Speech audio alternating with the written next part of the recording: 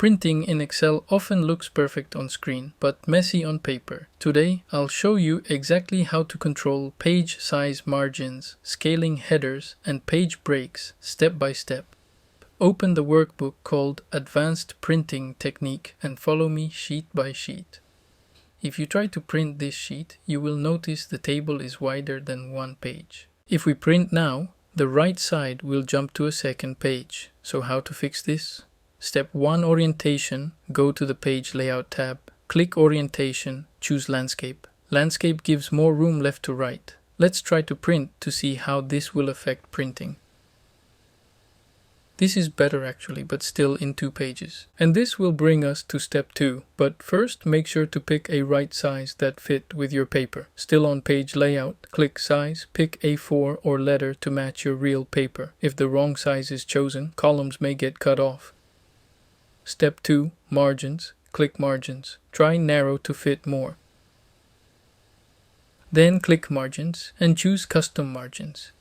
In the dialog, tick Center on Page horizontally. This centers the report left to right on the paper, so it looks balanced. Let's see how near we are. Almost done. Just one last step. Scaling to fit on Page Layout. Find Scale to Fit. Set width to 1 page. Set height to automatic. This tells Excel squeeze columns onto 1 page, but don't squash rows. Open Print Preview, bottom corner, it shows page count. Now you should see 1 page wide. Use the zoom slider to confirm that numbers are readable. If things go weird, open Page Layout, Scale to Fit, and set with height back to automatic to reset. Here is an additional tip. You can adjust the scale value until you see this line covering all your printing area. Also, you can adjust everything from the printing setup page. Just click Ctrl+P. It makes you see the result of changing instantly. That's pretty simple.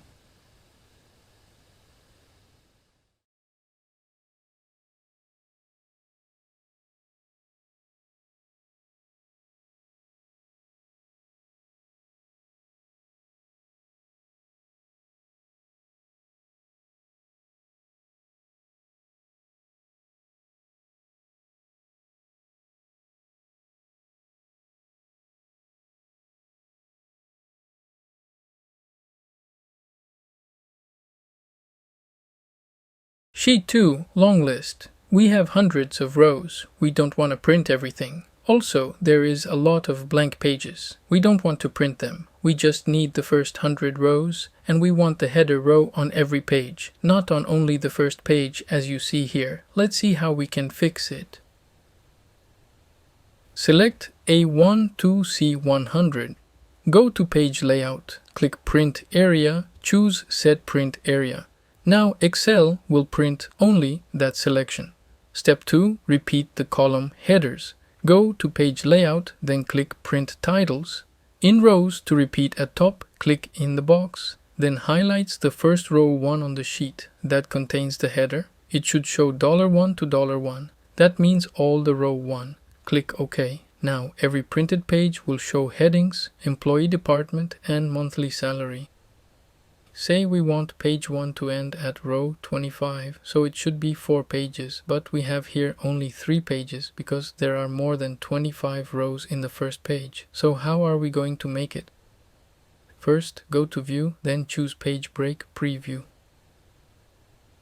It will show you the layout of your sheet and the selected area for printing. We already set it to 100 rows as we see here. And the first page has 47 rows. So we will drag the blue line and place it just below row 25. And then we repeat that every 25 rows. So in the end you should have 4 pages. Each page has 25 rows.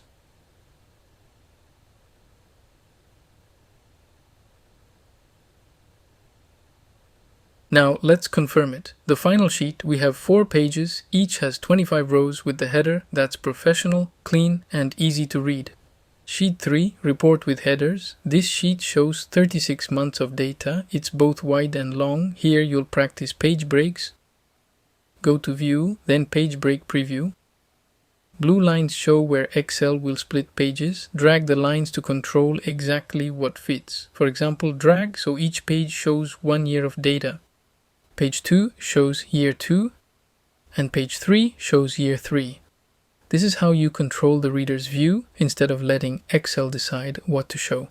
Let's repeat top row and first column. Go to page layout, click print titles. In rows, to repeat at top, select row 1, and you should see $1 to $1. In columns, to repeat at left, select column A, and you should see $A to $A. Now each page shows the column labels and the month label on the left, even on page 2 and page 3. Choose down then over if you want Excel to print top to bottom first.